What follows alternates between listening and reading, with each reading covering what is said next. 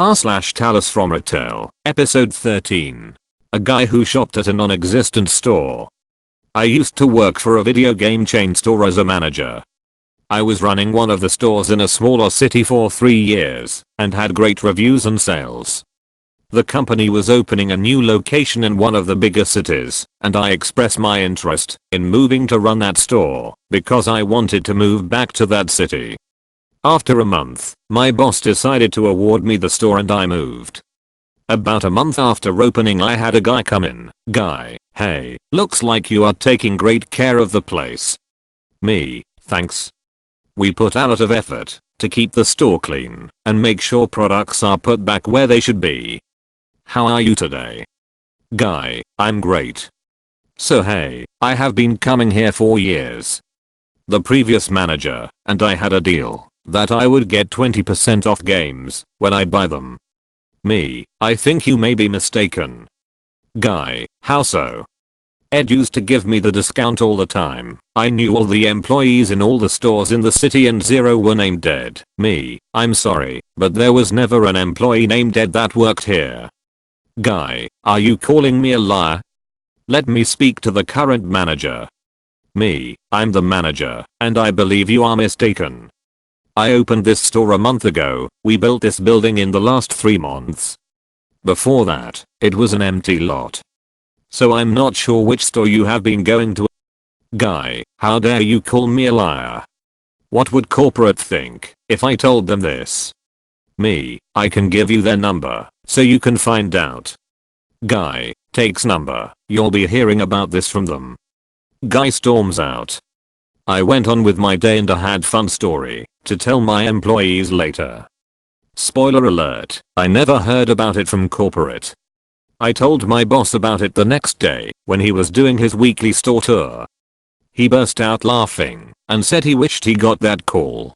Customer doesn't understand 342 offer background. I work in an outlet for a cookware brand. Our mugs are all priced at the RRP instead of the standard outlet 30% off. But being in a 342 offer, they actually get a better discount. No further discounts on top. The cast. Me equals me. C equals customer. Customer is a man in his 40s.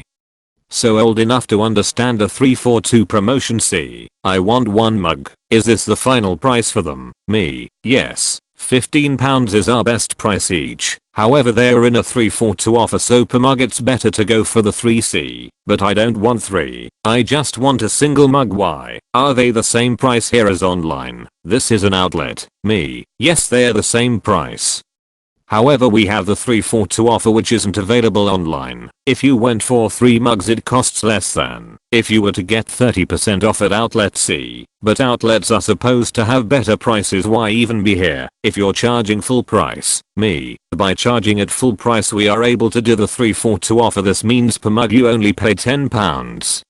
Saving you £1.50 as opposed to you buying them with 30% off. C. Oh okay, I only wanted 1 as a replacement to 1 that broke. I guess I'll get 4 instead then. Processes the transaction, wraps and bags the mugs, gets to payment. Me. So that will be £45 today please. C. £45. But they are in a 342 offer. Me. Yes. So you're paying £15. £15 and they get 1 free, and then you're paying £15 for the 4th mug. C. But why am I paying for 3 mugs when you only pay for 2? Me. Well, the 342 offer works in sets of 3, so yes, you are paying for 3 mugs today, but because you have already got 1 mug free then you need to pay for the 4th mug 2C. But I don't have to pay for the last mug because it's in the offer still. Me. To get that mug free you'd need to buy in multiples of 3, so if you bought 6 mugs, you get 2 free and pay for 4 etc. I understand what you're saying. Yes, you are paying for 3 mugs, however you still have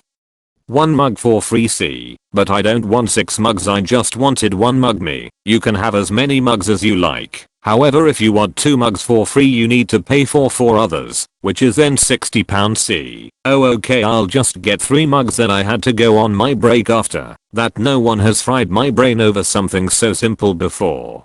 Vape shop customers are something else. So I currently work at a vape shop and we get the occasional uneducated customer, so I provide information that will greatly help them quit smoking and in the long save them money. but yesterday I got one of the dumbest customers I've ever met. So a guy comes in saying his vape won't turn on. I check it with my batteries, works fine.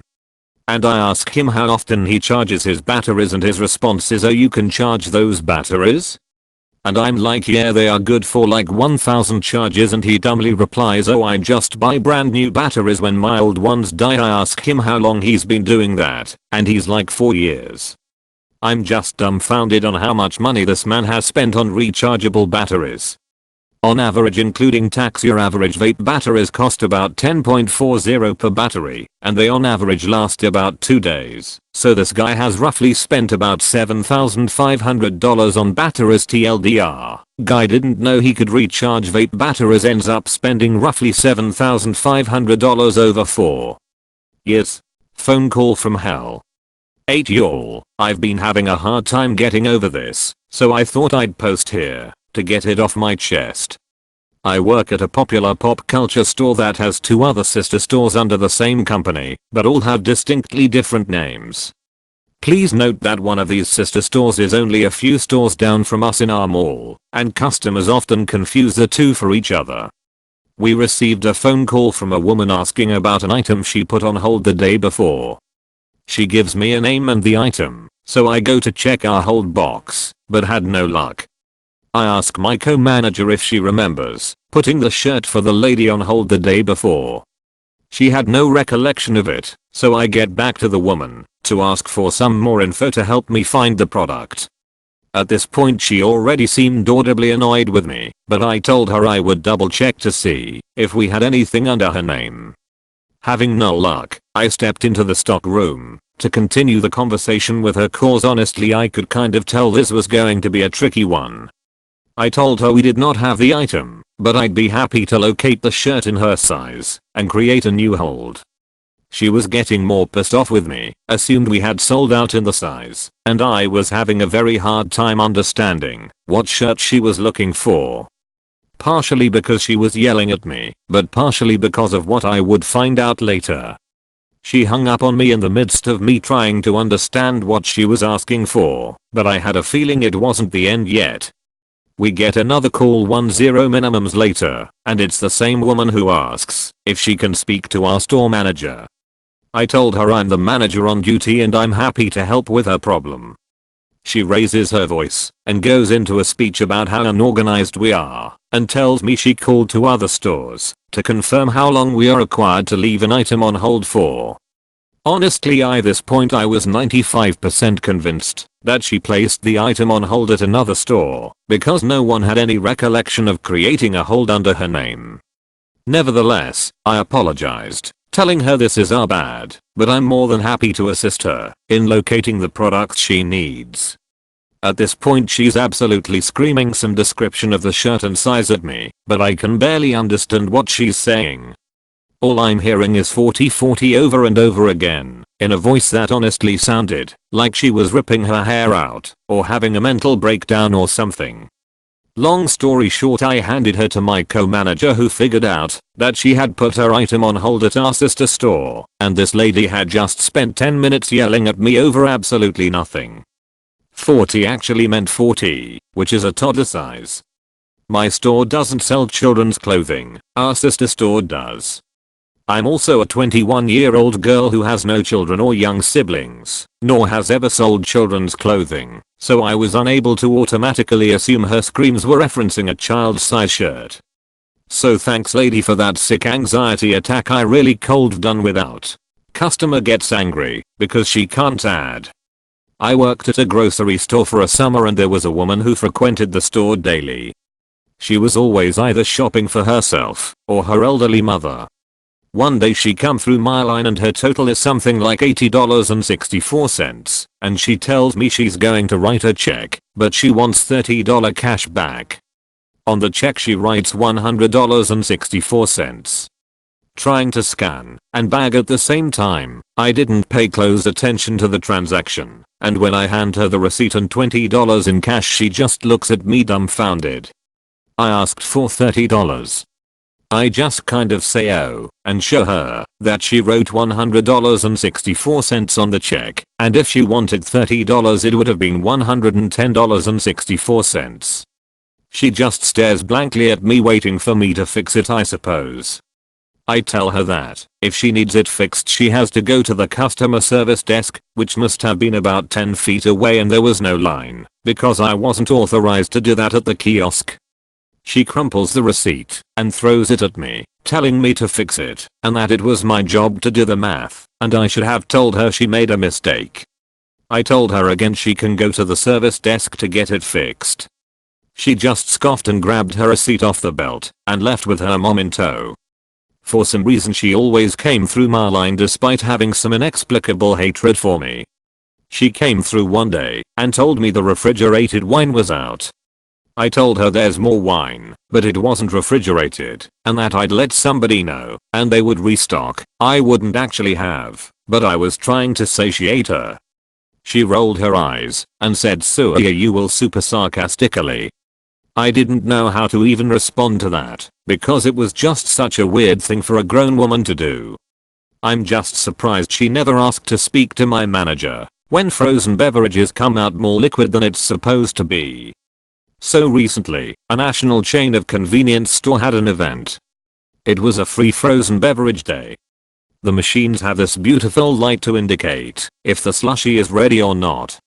However, many people decided to use it and then complained to me when it wasn't as frozen as they had hoped. And by complained, I mean yell about it. Plus they kept trying to take like 5 cups home for just one person. Ah. Yes. Rules don't apply to some as it would seem, because when I rang stuff in, few would screech knowing they had to pay. I guess the limit 1 free frozen beverage per person sign and verbal notification as well as the 1 free cup we gave out wasn't enough. I hate that day to my core. Totally self-absorbed. I was working out product and the pallet was right next to the nice woman in this scenario. I work at a, mostly, typical grocery store. I came back to the pallet and nice woman said, "Excuse me. I'm sorry, but I've made a mess," and gestured to a whole can of baby Cheetos. https://www.thegerbastore.com/lil crunchies mild cheddar /chair+0001500048303.html. A not carrot gerber a brand that had been spilled on the floor. As she's chiding her less than 2-year-old daughter in the front of her cart, I reply, nicely, "Oh no. That's okay, I can take care of that. Here, let me go ahead and take the empty one from you, and you can go ahead and grab another." Nice woman, but I haven't paid for this one yet. *SHE was really nice about the whole thing and had carefully moved her cart out of the mess to not turn them all into powder on the ground, so I was going the extra mile for HER*. Me, that's fine, I understand. Let me take this one up front and I'll be right back with a broom for the mess. I walk to the front, put the old tin where we place damaged items and grab a broom and dustpan. I get back to the mess and this old lady has just finished pushing her cart through the whole mess. She now has food stuck to the wheel of her cart and I have cheese puff dust scattered about. I look back at the nice woman and she agrees. I don't know if words were actually exchanged between us at that point.